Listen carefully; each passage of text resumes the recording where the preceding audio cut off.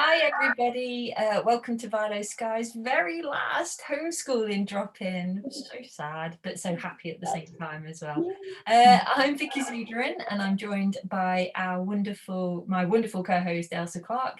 I'm a co-founder and director of Vilo Sky. We're a social enterprise that works towards creating more inclusive workplace cultures. And we've had a very big focus in the last few months and years on working parents. So I'll hand over quickly to Ailsa to say a quick hello as well. And then Ailsa, if you want to pass back to me after, I'll explain a bit more about what we're going to do in today's session. Sure, no bother. I am Ailsa Clark. I am a teacher of 17 years, English secondary school, but now I teach everybody from primary right the way up to sixth year. And I am here as a resident kind of expert, slightly insane, crazy working parent, as I'm sure a lot of you are. I have one child who is 8 and has just gone back to school this week.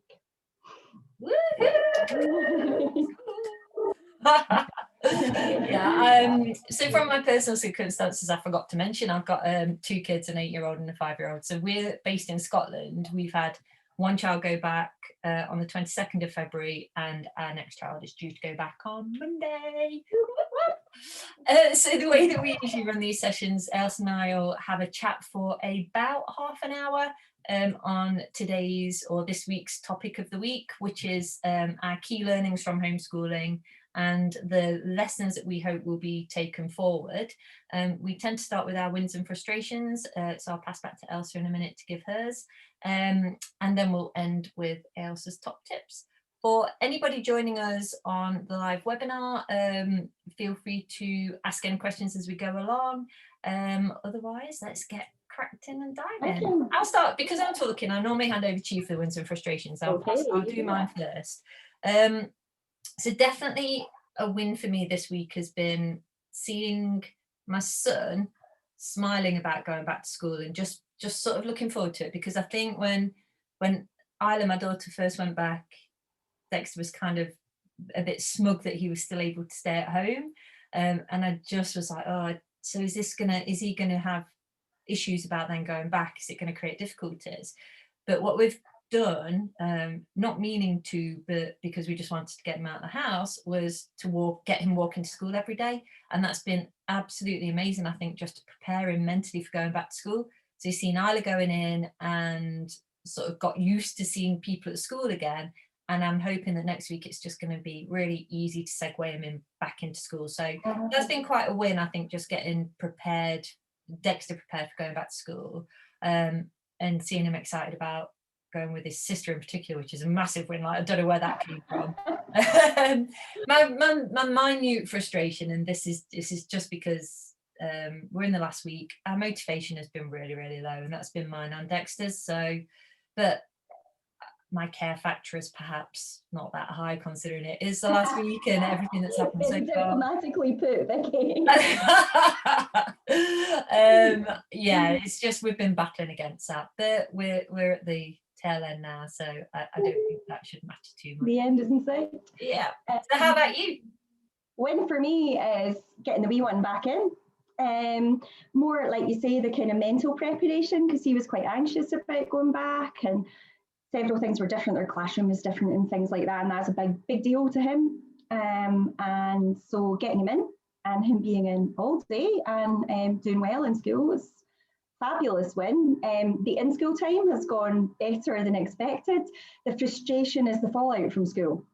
And I think that a lot of parents will find that, particularly with younger children who've been off school for a long time, that they are a bit like Coke bottle kids. They the Coke bottle of that is them is shaking and shaking and shaking and shaking during the day, and when they see you and they come home, they just kind of go and explode, because it's a lot of change for them. That's really interesting to think about it that way. Is like, it's not something I was going to say. Have I noticed that with Isla?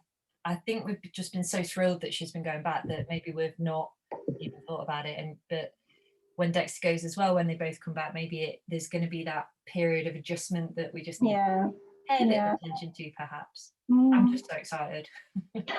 He's just like, please go back to school. What I'm finding now when he comes in the door is I like throw food at him. There's food, there's hot chocolate, sit on the couch for a little while and just chill. And then he finds something to help him kind of regulate, you know. And but I think it's kind of nice that, well, from my perspective, I feel so less guilty about them coming home and watching TV for a bit or sitting there and just chilling, because they have been at school all day and they've been outside and they've, you know, that they've probably got exercise and they've learned stuff. It's okay to come back and have a bit of downtime. So that takes pressure off as well. Whereas I think definitely over towards the end of homeschooling for both of them, we all still started to get a bit frustrated and relying on technology too much as a break for us to get work done and all that kind of stuff. So it's nice to have some downtime for the kids. They've earned it, and I think there's something to be said about they've earned it, and so have we. Absolutely. So learnings, it just leads segue a little bit, I think, into something that I am taking away as a key learning, and it is this thing that it's not an all size fits all for any child. And this is homeschooling, being at home, the balance between homeschooling, learning, playtime, all of the things we've learned and all of the things that you've advised us about with the different approaches that you can take with children. And I think that's just something that I would like to try and hold on to going forward, is that for both my son and my daughter, even for those two individually coming from the same household, that they will need different things as they grow and as they get used to being back at school, and they might react to things differently. So more longer term, I think just there isn't one size fits all. Socially, it might be a lot harder for some children to reintegrate back into a social environment. And you, I'm sure, have experienced this massively with Archie in particular, than others. So yeah, for me, one size fits all is a fallacy and something to consider going forward. And I think kids do need different things according to their personalities, according to their natural predispositions. And they also need different things at different points. And I think with kids, you know, when we have babies and we know about regression and the fact that they'll meet a developmental milestone and regress, that happens throughout childhood and teenage years as well. We just are not as attuned to it, I think, as we maybe have been during this pandemic, because we're so aware of their mental health and ours and the stress that we're all under. Doesn't it happen with adults as well? Like, I'm just thinking about like with adults, but I think applying that to some of the lessons that we've learned through homeschooling, dealing with the children at work, you know, just sort of lowering expectations, for example, or taking a breath and recognizing that their brains work differently. It's really important not to forget that and revert back to our behaviors as parents going forward. Absolutely. And I think you see that. I've certainly seen it, and I've mentioned it before in previous webinars, that for me, I'm reverting to a student lifestyle. Like nightclubs. But there's nothing wrong with that. Staying up later and eating junk food, you know, and you know, I think we all have a kind of default setting that we go back to when we're under stress. You know? Yeah, but it's a coping mechanism a little bit as well, isn't it? That default setting. So I guess it's just trying to realign your default setting, or just keep whatever default setting we've managed to change to during homeschooling, trying to help make that more permanent. Because some of the coping mechanisms will be useful things to carry forward, I think. Particularly for me, with not losing my temper so often with things that really aren't the children's faults, and just your battles. That, I think that's definitely going to be something to try and take forward. How about yourself? Has there been any key learnings? I definitely chime with picking your battles. I don't know if you've seen this cartoon. This is person with loads and loads and loads of stuff, and it says, "Pick your battles." That's too many battles. Put some back.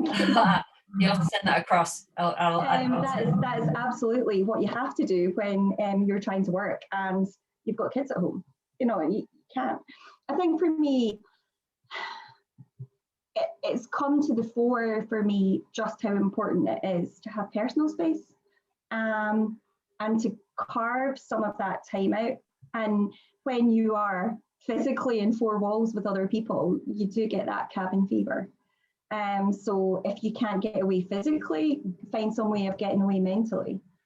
And also prioritizing. I mean, we say that when we, you know, as workers and as parents, oh, prioritize, but you really have to when you've got kids at home and you're trying to work.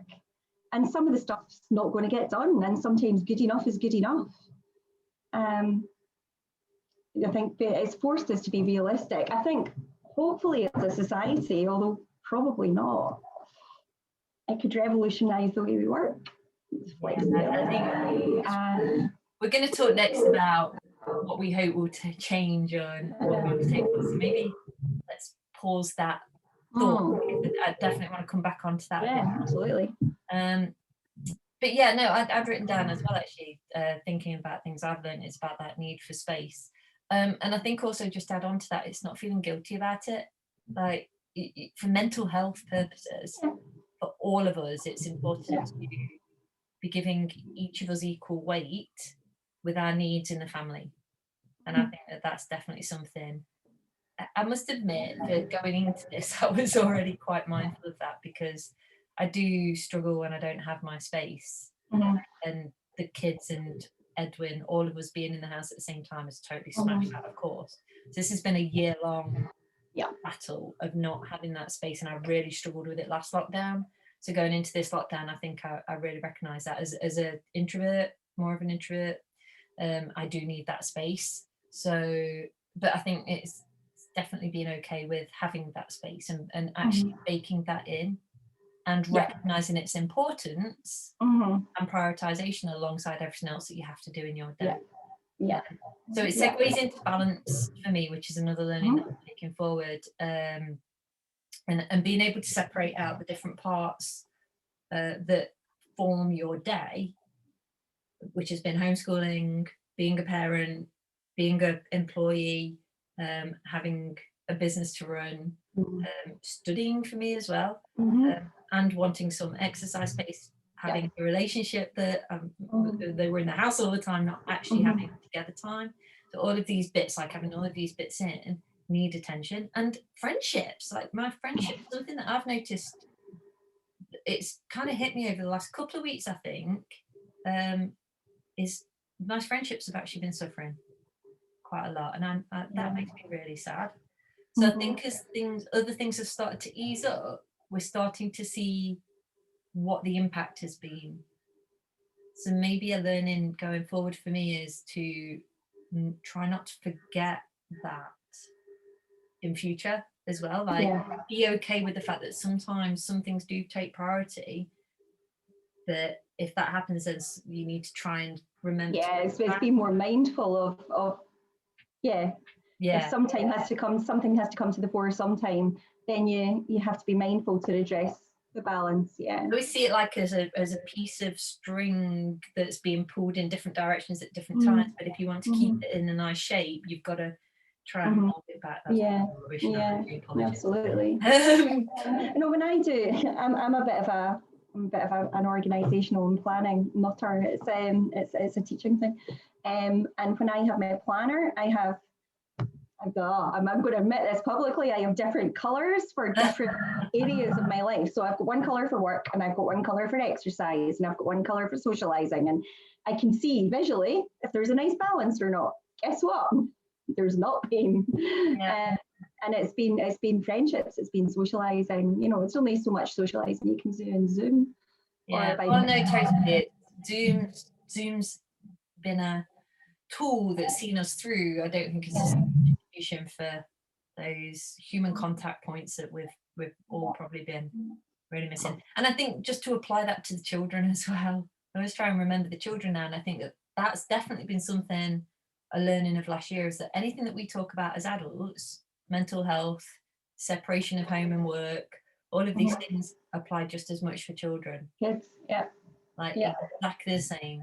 they will have missed their friends, they'll have felt isolated, they'll have felt trapped. We've seen that come through in some of the frustrations that they've had with us as parents.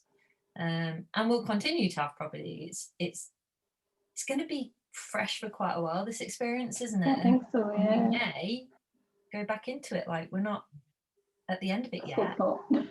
Yeah, no, I hope not. You know, I mean, certainly I know that speaking to my colleagues and speaking to staff in Archie School, the staff are really starting to suffer as well. They've had so many changes to deal with, and I think they've got the weight of everybody's worries on their shoulders. Yeah. And they're mindful of the kids' mental health, that's first and foremost. But I mean, I think their own mental health is really... Parents and teachers, I mean, gosh, they've had to go through so much. Yeah. So if you don't mind, unless you've got anything else you want to add as learnings, I think that leads really nicely into something that I hope gets taken forward. Mm-hmm. And this is the value that we've given, or we give, to different roles in society. And teaching is the one that I've noted down, like how we value that role. And goodness me, do we not all value it so much more now? And this, so you as a teacher, and your interaction with parents over the years that you've been teaching, I'm really interested to get your perspective on whether you think that anything will change going forward in terms of how we value teaching. Is the obvious example in the context that we're talking, but just any caring type of role or any role that's involved with those kind of skills. You look at the nurse, that atrocious nursing increase that was given in last year. To me, that's evidence that it's not being put into practice in the way that I would have hoped. So yeah, what's your thoughts on that? My thoughts on that, it depends who values these professionals.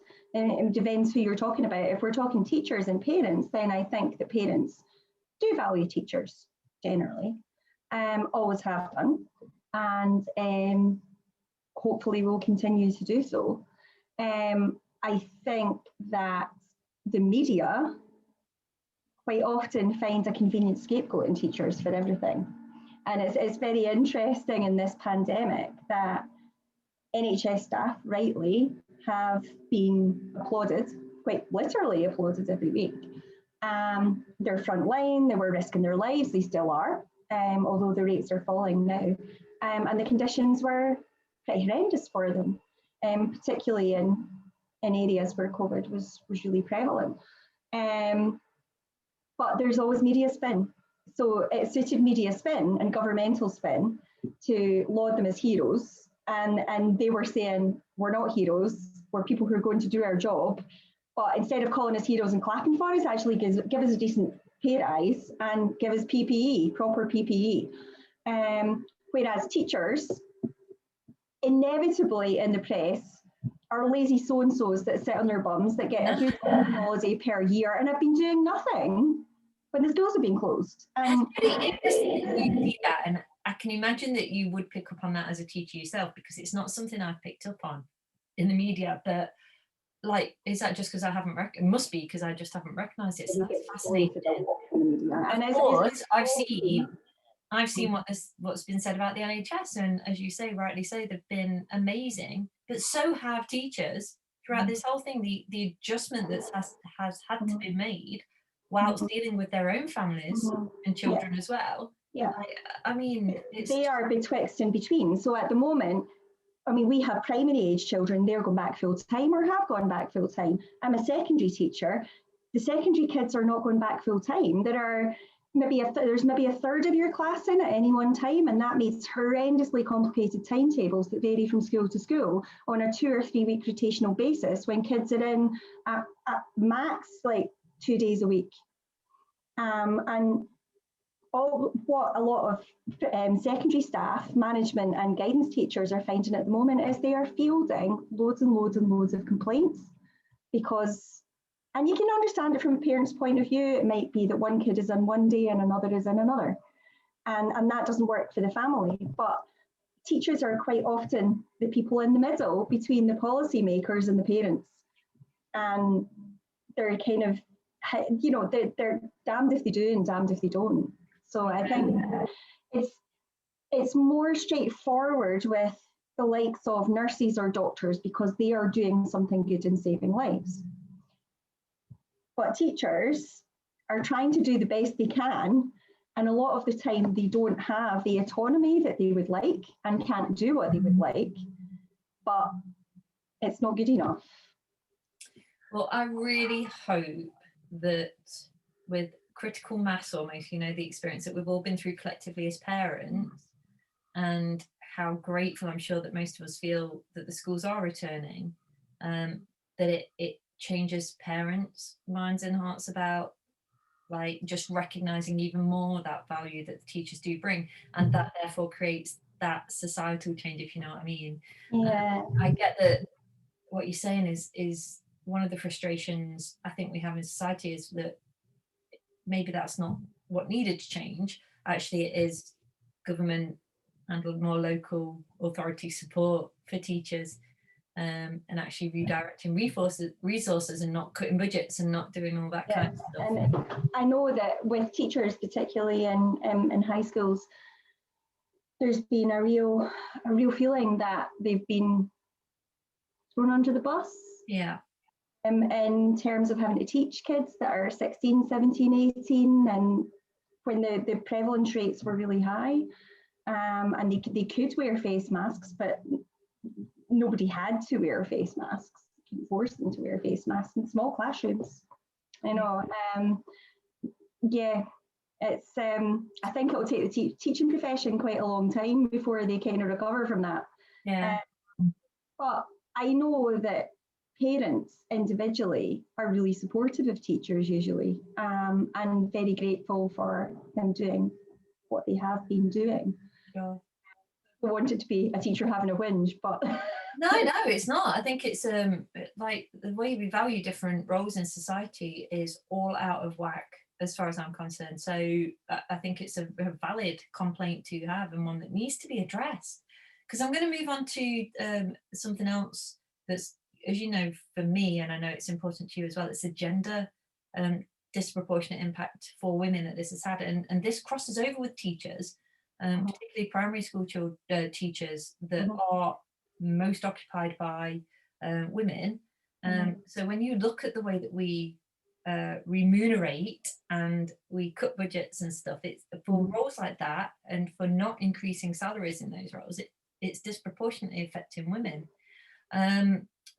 But I think the lens that I'm thinking about the gender learnings going forward is, I mean, there's been a lot written about the disproportionate impact that homeschooling and COVID and job losses will have had on women.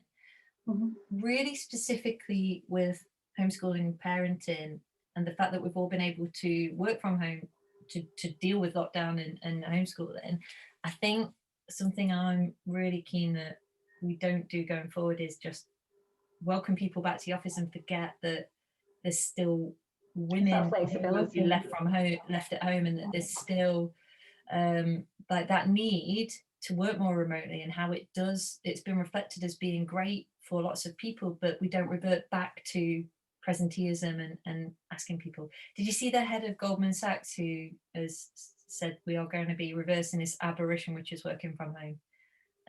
Comments like that obviously are almost feels unbelievable, but wow, you'd like to think that that's an exception rather than the norm. But I just worry that we haven't taken that lesson, or whilst I don't think that we will ever revert back to 100% office space, I think that hybrid working will happen. But it's more that if we still start to see that more men are in the office more, it doesn't look that men are doing more work. I think that it's a whole culture change that we need, isn't it? I mean, it's a change in how we measure performance.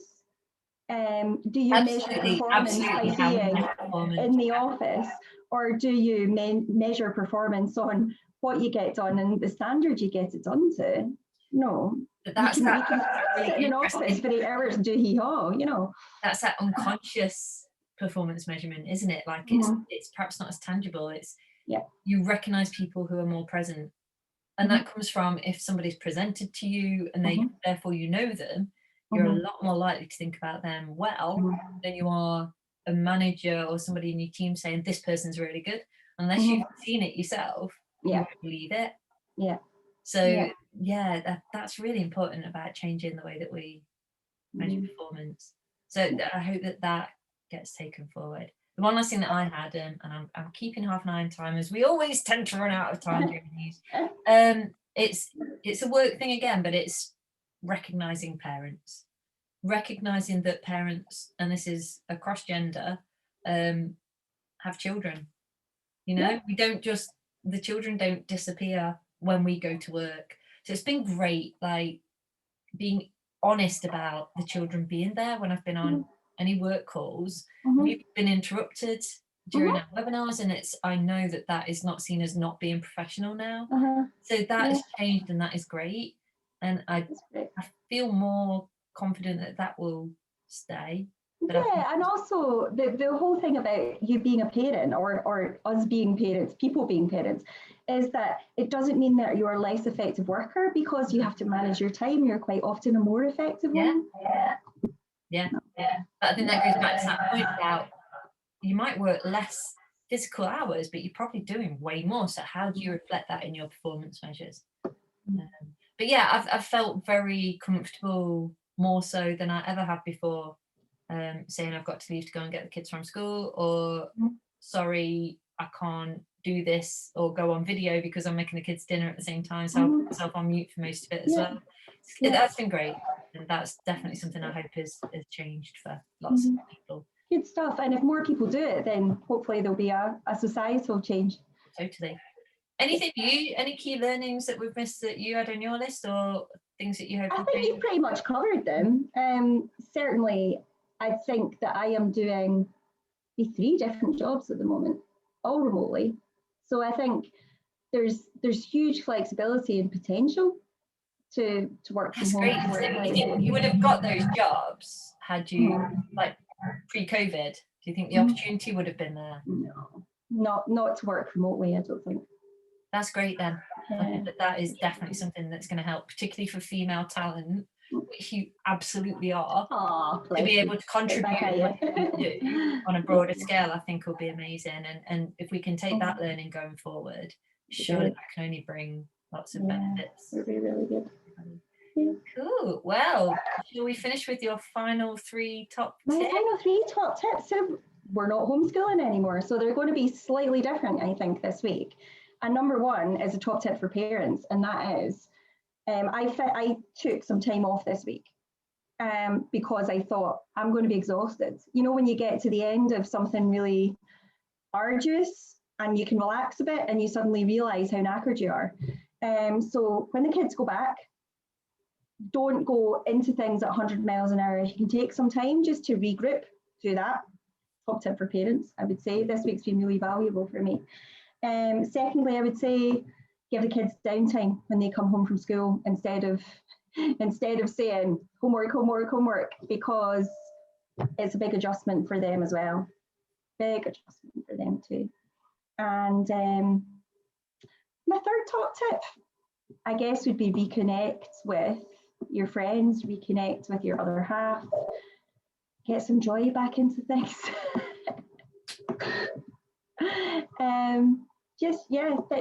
Be gentle on yourself and gentle on other people. We're coming to the end, hopefully, of a really, really long year that's been stressful for everyone. It's nice to be able to just say, bring joy back and be kind to yourself, and just like give yourself some time. Like, I think that's just it. It feels such a lovely thing to be able to do, because it has been tough, and I think we all need to recognise that. All parents, we usually finish each session of these sessions by recognising how well parents are doing, but I think this week it's just recognition of how hard it's been, and we deserve to give ourselves a huge pat on the back and just take a moment to think about how resilient we've all been and how well we've all done. We've brilliantly. The kids have too. So well to adapt to all of this, and it's been incredibly challenging. So we've earned some time back, and I think we've earned some joy. I love that. So this is our final session. I'd like to think it's not the final time we'll be doing a podcast together, just because Oh, I definitely not. love them. I want to say a personal thank you to you, Ailsa, because I know how much you've helped everybody who's listened into these, but you've helped me so much to deal with homeschooling, and it's been an absolute pleasure to speak to you every single week. And it's been a pleasure to speak to you. Thank you very much. Thank you so much for being our resident homeschooling expert throughout this journey that we've all been on, and the journey will continue. So like I say, I really hope to be connecting with you on many things going forward, and I'm sure that there'll be some subjects that we could talk for hours about. There always are. So I see us doing more webinars like this going forward, hopefully. So thank you so much. Thank you to everybody who's engaged with these sessions, and I hope that it's been helpful. I hope it's given you lots of things to take forward, as recognizing that you're not on your own. It's certainly not been a journey that I think any of us have wanted to do on our own. So I hope that we've been in some way just some comfort for people who've been dealing with all these challenges. Enjoy the kids being back at school. Enjoy hopefully some return to normality, and we'll look forward to talking to you again at some point soon. In the future. Right. Any last words from you, Ailsa? No, just enjoy some joy and enjoy some sunshine and spring. Yes, spring, sunshine. Thank you so much, everybody. We look forward to seeing you again soon. Bye.